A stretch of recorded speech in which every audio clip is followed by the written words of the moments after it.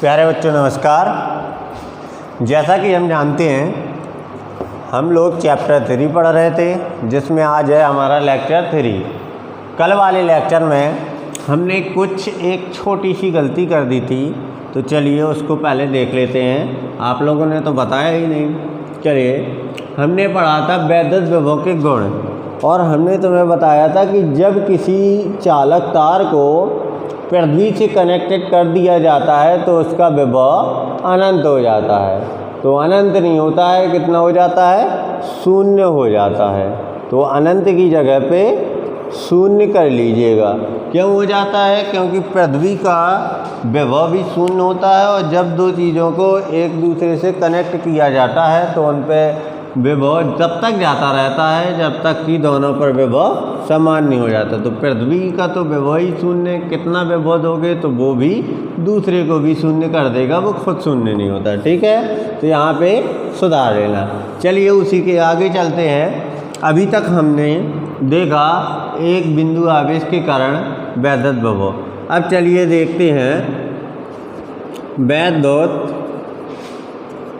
द्विध्रुव के कारण वैद्युत विभव। तो चलिए बात करते हैं वैद्युत विभव की। अभी तक हमने पिछले अध्याय में क्या देखा था? वैद्युत द्विध्रुव के कारण वैद्युत क्षेत्र की तीव्रता, जिसमें हमने एक अच्छी स्थिति पढ़ी थी और एक निरक्षी स्थिति पढ़ी थी। तो अब हमें वैद्युत विभव निकालना है। ठीक उसी प्रकार की ही दो स्थितियां होंगी। पहली होगी अक्षीय स्थिति। अक्षीय स्थिति में हमें वैद्युत विभव निकालना है, अक्षीय स्थिति में। और दूसरा वाली होगी निरक्षीय स्थिति। अक्षीय स्थिति कहलाती है एक ही लाइन में, और निरक्षीय स्थिति दिशा बदल के ऊपर या नीचे। अक्षीय मतलब अक्ष में, निरक्षीय मतलब अक्ष में ना हो। तो चलिए देखते हैं अक्षीय स्थिति से कैसे निकालेंगे वैद्युत विभव। तो चलिए शुरू करते हैं। इसको बहुत ही मोस्टली डाल लेना। वैद्युत द्विध्रुव की अक्षीय स्थिति में विद्युत विभव। चलिए निकालते हैं। क्या है क्वेश्चन? इसको वेरी मोस्टली डाल लेना, क्योंकि आता है क्वेश्चन वैद्युत द्विध्रुव की अक्षीय स्थिति में वैद्युत विभव का मान ज्ञात कीजिए। तो इसको कैसे निकालते हैं? क्या कह रहा? वैद्युत द्विध्रुव की अक्षीय स्थिति में वैद्युत विभव क्या होगा? हम जानते हैं कि वैद्युत द्विध्रुव क्या कहलाता है? P, जिसकी वैल्यू होती है Q इंटू 2L। तो चलिए मानते हैं, एक मान लिया हमने JAB एक वैद्युत द्विध्रुव है। वैद्युत द्विध्रुव के बीच की दूरी अल्प होती 2L मान ली है हमने। और ये किससे मिलके बना होता है? सभी लोग जानते हैं भाई, विपरीत और समान। मतलब चिन्ह विपरीत होना चाहिए और परिमाण समान होना चाहिए, और उनके बीच की अल्प दूरी का गुणनफल वैद्युत द्विध्रुव आघूर्ण कहलाता है। ये क्या बन गया? वैद्युत द्विध्रुव। इसमें एक हमने मिडिल पॉइंट पे O बिंदु ले लिया है। O से R दूरी पर एक बिंदु क्या ले लिया है? P ले लिया है, जिस पर हमें O से जी कितनी दूरी पर है? R दूरी पर एक बिंदु P है, जिस पर हमें वैद्युत विभव ज्ञात करना है। ठीक, तो चलिए निकालते हैं। क्या लिखना है? माना AB एक वैद्युत द्विध्रुव है जो +Q तथा -Q आवेश से मिलकर बना है। ठीक, वैद्युत द्विध्रुव का जो मध्य बिंदु है वो क्या है, वैद्युत द्विध्रुव का मध्य बिंदु O है तथा आवेशों के बीच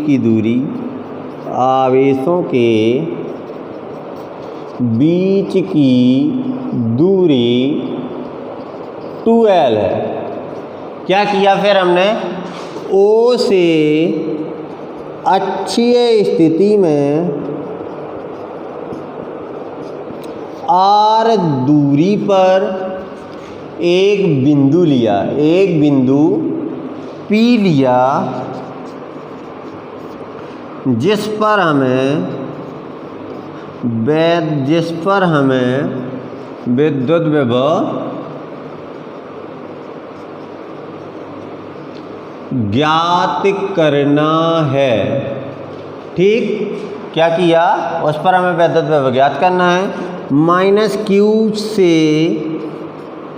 किसकी, P की दूरी, देखिए कितनी हो जाएगी, ये जब मध्य बिंदु है तो JL और यहाँ से यहाँ तक R है तो J कितनी हो जाएगी, देखो ये पूरी की पूरी 2L है और यहाँ से R है तो RJ और LJ, तो L + R और ये +q आवेश से कितनी हो जाएगी, R - L, और इसको ऐसे ही लिख लो R + L।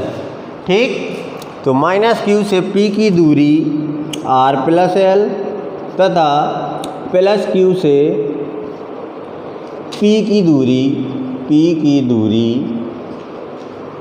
R - L है। तो चलिए इसको नोट करते हैं, इसके बाद हम इसका डेरिवेशन लगाते हैं। क्या नोट करना है, माना AB एक वैद्युत द्विध्रुव है। यहाँ से देखो सब भाषा यहीं से बनी है। माना AB एक वैद्युत द्विध्रुव है जो -q और +q आवेश से मिलकर बना हुआ है। इसका मध्य बिंदु O है और बीच की अल्प दूरी 2L है। इसके मध्य बिंदु O से R दूरी पर हमने एक बिंदु P लिया है, जिस पर हमें वैद्युत विभव ज्ञात करना है। इस बिंदु पर वैद्युत विभव हमें ज्ञात करना है, तो हमने क्या किया फिर, -q आवेश से दूरी R + L है और +q आवेश से दूरी R - L है। इसके बाद हम चलिए लगाते हैं वैद्युत द्विध्रुव क्या आएगा। एक बात याद रखना, वैद्युत विभव क्या आएगा, तो एक बात याद रखना, वैद्युत विभव जब भी निकालना होता है तो हमें आवेश का चिन्ह सहित रखना होता है, और जबकि वैद्युत क्षेत्र या बल निकालना होता है तो आवेशों के चिन्ह नहीं रखे जाते हैं। ये ऐसा इसलिए है क्योंकि जो वैद्युत विभव है एक अदिश राशि है और उसको चिन्ह सहित रखना है। ठीक, तो चलिए आगे देखते हैं। ये थ्योरी लिख लेना एक बार, चलिए और बोल दे रहा हूँ। माना AB एक वैद्युत द्विध्रुव है जो -q और +q आवेश से मिलकर बना हुआ है। इसका मध्य बिंदु O है, बीच की अल्प दूरी 2L है, O से R दूरी पर एक बिंदु P है जिस पर हमें वैद्युत विभव ज्ञात करना है। इसकी -q से दूरी R + L है और +q से दूरी R - L है। तो चलिए निकालते हैं। -q आवेश के कारण विद्युत विभव, -q आवेश के कारण विद्युत विभव की बात कर रहे हैं अपन लोग। उसको मान लिया हमने V1 है ये, तो आया अपना अभी बिंदु आवेश के कारण निकाला तो क्या आया, 1/4 पाई ε0 q। देखिए हमने बोला ना चिन्ह सहित, तो -q/r, यही आया ना R। तो R कितनी है, R वहाँ पे दी हुई है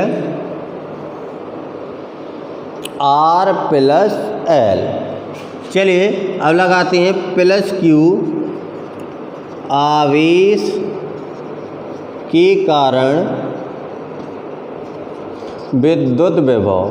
अब +q आवेश के कारण विद्युत विभव की बात हो रही है, तो चलिए देख लेते हैं क्या आता है। वो मान लिया हमने V2 है 1/4 पाई ε0, और आगे चले हम 1/4 पाई ε0 q/R - L। अब यदि कुल विभव की बात की जाए, कुल विभव, तो कुल विभव कितना होगा भाई, V = V1 + V2, V1 की वैल्यू रखी हमने तो -1/4πε0 Q/R+L और यहाँ +1/4πε0 Q/R-L। चलिए इसी का सॉल्यूशन करते हैं और आगे देखते हैं। तो हमने देखा B बराबर, देखिए कॉमन क्या आ रहा है, 1/4πε0 Q, तो यहाँ बचा -1/R+L और +1/R-L। चलिए इसका सॉल्यूशन करते हैं। तो हमने देखा B बराबर 1/4πε0 Q, लासा लिया R+L R-L, R-L यहाँ आएगा तो माइनस का गुणा होगा तो माइनस का R प्लस का L और यहाँ पे प्लस का R प्लस का L, तो R से R कैंसिल हो गया। कितना हो गया वो 2L, और ये एक बार जोड़ने वाला एक बार घटने वाला फार्मूला, तो 1/4πε0 Q इंटू 2L अपॉन में R² - L²। ठीक, अब हमारी 2L तो बहुत छोटी थी। जब एक बार बताइए 2L छोटी है तो L² तो और ही छोटी हो जाएगी। ऐसा इसलिए होता है, सपोज कर लीजिए हमारा है 1.1 छोटा है और यदि इसका स्क्वायर कर देंगे तो देखिए और छोटा हो गया। तो छोटे का यदि स्क्वायर करते तो बहुत ही वो 0 के नज़दीक पहुंचता जाता है। तो L² को क्या मान लिया, L² को नगण्य मानने पर, तो जैसे ही हमने L² को नगण्य माना तो हमारे पास आ गया, इसकी जगह 0 रख देंगे तो आ गया B equal 1/4πε0 Q into 2L क्या होता है P, और यहाँ 0 रखेंगे तो आ जाएगा R²। क्लियर।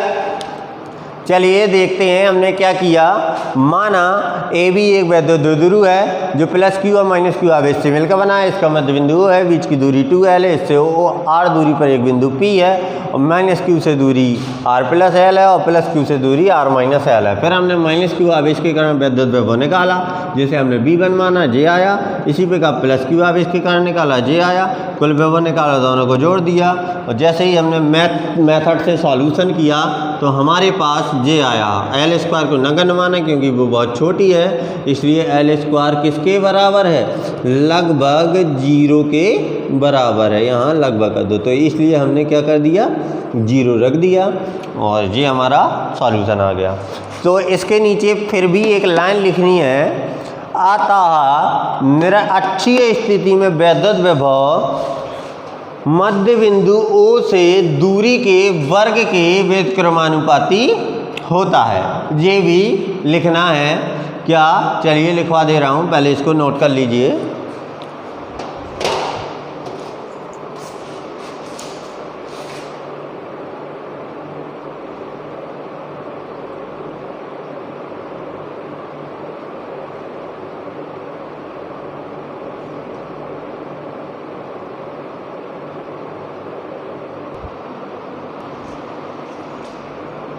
देखिए अभी तक हमने देखा अच्छी स्थिति में विभव, जो हमारा निकल के आया B बराबर 1/4πε0 P/R²। इसी के नीचे लिखना है, अतः अच्छी स्थिति में वैद्युत विभव, अच्छी स्थिति में विद्युत विभव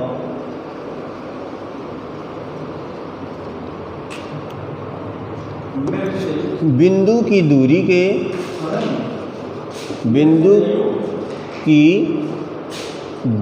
के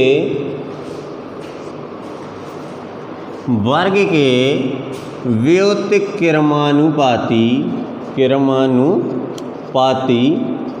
होता है। ये लाइन सबसे ज़्यादा पूछी जाती है कि अच्छी स्थिति में जो वैद्युत विभव है वो दूरी के साथ किस प्रकार परिवर्तित होता है, तो वो वर्ग के व्युत्क्रमानुपाती होता है। चलिए अब बात करते हैं निरक्षीय स्थिति में वैद्युत विभव क्या आएगा। क्या करते हैं, वैद्युत द्विध्रुव की निरक्षीय स्थिति में विद्युत विभव। निरक्षीय स्थिति में बात करते हैं। अभी तक हमने की अच्छी स्थिति में एक बिंदु लिया था, अब लेंगे हम निरक्षीय स्थिति में। तो माना वही मानना है ए भी एक विद्युत द्विध्रुव है जो -q और +q आवेश से मिलकर बना हुआ है। इसका मध्य बिंदु O है, बीच की अल्प दूरी 2l है। जब ये सारी की सारी 2l है तो ये l है, ये l है। अभी लिया था हमने अच्छी स्थिति में बिंदु, अब लेंगे इसकी निरक्षीय स्थिति में एक बिंदु P है जिस पर हमें विद्युत विभव ज्ञात करना है। अब बताइए ये r दूरी पर बिंदु लिया, ये l है तो ये कर्ण का काम करेगी। ये कितनी हो जाएगी √l² + r²। तो ये भी होगी √l² + r²। क्लियर? क्या है? माना ए भी एक विद्युत द्विध्रुव है जो -q और +q आवेश से मिलकर बना हुआ है। इसका मध्य बिंदु O है, इससे r दूरी पर एक बिंदु P है जिस पर हमें विद्युत विभव ज्ञात करना है। इसकी -q आवेश से दूरी √l² + r² है, जबकि +q आवेश से दूरी भी r² + l² है। तो ये तो आप लोग लिख लेना, लिख लोगे ना? चलो एक बार और लिख दे रहा हूँ। तो माना ए बी एक विद्युत द्विध्रुव है जो -q तथा +q आवेश से मिलकर बना है। ठीक, इसका मध्य बिंदु O है। ठीक, तथा निरक्षीय स्थिति में, अभी अच्छीय में था, अब क्या है किसमें?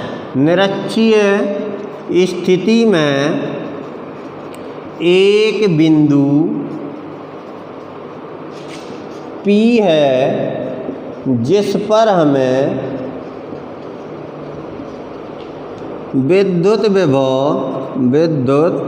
विभव ज्ञात करना है। ठीक, -q तथा +q से P की दूरी √l² + r² है। तब देखते हैं, इसको नोट कर लीजिए क्या कह रहा है। माना ए भी एक विद्युत द्विध्रुव है जो -q और +q आवेश से मिलकर बना हुआ है। इसका मध्य बिंदु O है। निरक्षीय स्थिति में एक बिंदु P है जिस पर हमें विद्युत विभव ज्ञात करना है। -q और +q आवेश से P की दूरी जो है वो √l² + r² है। तब देखते हैं, तब हमने देखा -q आवेश के कारण विभव, तो -q आवेश के कारण विभव निकाला, वो V1 आया। माना 1/4 पाई एप्सिलॉन 0 q -q है r √l² + r² है। बिंदु आवेश के कारण यही होता ना q/r, तो r की वैल्यू √l² + r²। अब निकालते हैं +q आवेश के कारण विभव। तो चलिए +q आवेश के कारण निकालेंगे तो वो V2 आएगा 1/4 पाई एप्सिलॉन 0 q/√l² + r²। चलिए बात करते हैं कुल विभव की। चलिए यहाँ पे कर लेते हैं कुल विभव होगा तो वो कहलाएगा B = B1 + B2। तो B1 कितना दिया है? 1/4 पाई एप्सिलॉन 0, ये दिया माइनस का q/√l² + r², और ये दिया है वही प्लस का 1/4 पाई एप्सिलॉन 0 q/√l² +, जब वही माइनस वही प्लस तो कैंसिल, तो V इक्वल कितना आ गया? 0। अर्थात निरक्षीय स्थिति में विद्युत विभव का मान कितना होता है? 0 होता है। ये भी नोट कर लीजिए, ये भी मोस्ट डाल लीजिए कि निरक्षीय स्थिति में विद्युत विभव 0 होता है। उसको सिद्ध कीजिए, तो सिद्ध उसको ऐसे करना है। ठीक है, समझ में तो आ ही गया होगा क्योंकि सिंपल है। और चलिए इसको नोट कर लिए, फिर इसके आगे देखते हैं।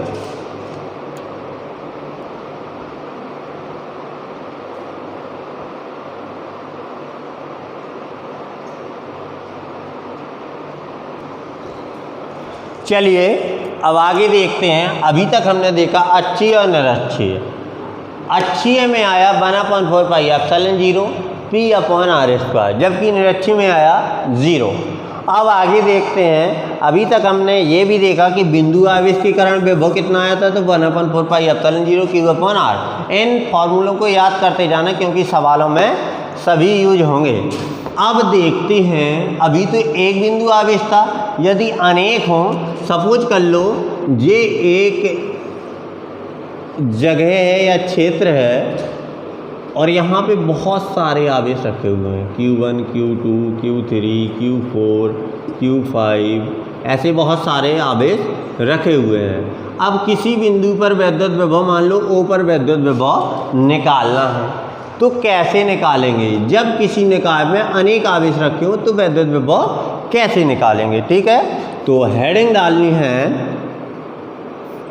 अनेक बिंदु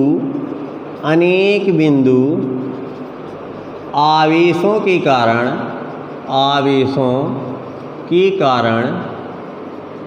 विद्युत विभव।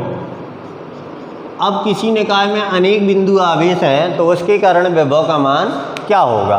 तो देखिए विभव क्या है, विभव एक अदिश राशि है, अर्थात अनेक बिंदु आवेशों के कारण जो विभव होगा उनके अलग अलग विभवों के बीजगणितीय योग के बराबर होगा। जो हमने अध्यारोपण का सिद्धांत में देखा था सेम वही लगाना है। यदि कोई माइनस है कोई प्लस है, सपोज कर लो जी माइनस है जी प्लस है, तो वैसा ही वो भी आ जाएगा। देखना, चलिए देखते हैं लिखना क्या है इसमें। अनेक बिंदु आवेशों के कारण वैद्युत विभव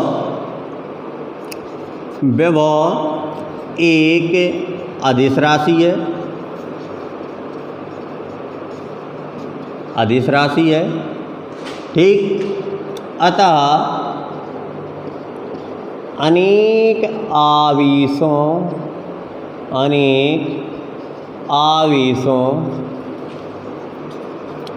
के कारण वैद्युत विभव उनके अलग अलग विद्युत विभवों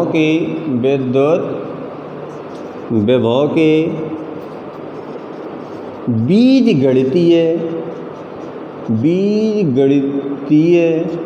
एक बात याद रखना, बीजगणितीय और एक होता है सदिश, ठीक है, सदिशीय योग। ये बीजगणितीय योग के बराबर होगा। इन्वर्टेड कॉमा बंद कर देना है। अनेक बिंदु आवेश के कारण यदि वैद्युत विभव है तो वो एक अदिश राशि है। अनेक आवेशों के कारण जो भी वैद्युत विभव होगा वो अलग अलग वैद्युत विभवों के बीजगणितीय योग के बराबर होगा। जब कभी ज़्यादा निकाय आ जाए तब की बात है। तो अपन लोगों ने माना, क्या माना, किसी निकाय में Q1, Q2, Q3 ... Qn आवेश हैं, ठीक, जिनकी किसी बिंदु O से दूरी R1, R2, R3 ... Rn है, तब विभव क्या होगा? चलिए देखते हैं। B बराबर सबके विभव के योग के बराबर, तो B बराबर आ जाएगा क्या B1 + B2 + B3 ... Bn, ठीक है। यहाँ पे एक काम करिए आप लोग, यहाँ पे जी और मान लीजिए Q1, Q2 ... Qn के कारण उत्पन्न विभव V1, V2 ... Bn है, ठीक। तब हमारा b बराबर आ जाएगा b1 plus b2 plus b3 dot dot dot dot bn।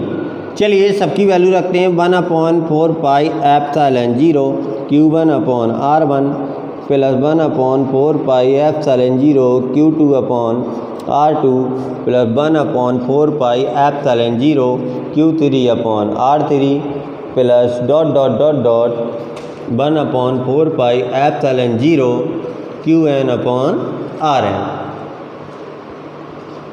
ठीक, कॉमन सब में क्या आ रहा है, v बराबर 1/4 पाई एप्सिलॉन 0 कॉमन आ रहा है, क्या बचा q1/r1 plus q2/r2 plus q3/r3 plus dot dot dot dot qn/rn। देखिए यदि आवेश माइनस के भी होंगे तो यहाँ माइनस प्लस जो जिसके आवेश होंगे वही चिन्ह लगा देंगे। तो किसी अनेक बिंदु आवेश के कारण विद्युत विभव निकालना हो तो हमारे पास फॉर्मूला मौजूद है जो बीजगणितीय योग के बराबर होता है। चलिए कॉपी कर लीजिए, फिर देखते हैं अगला, या फिर आज की क्लास यहीं पे समाप्त करते हैं। धन्यवाद।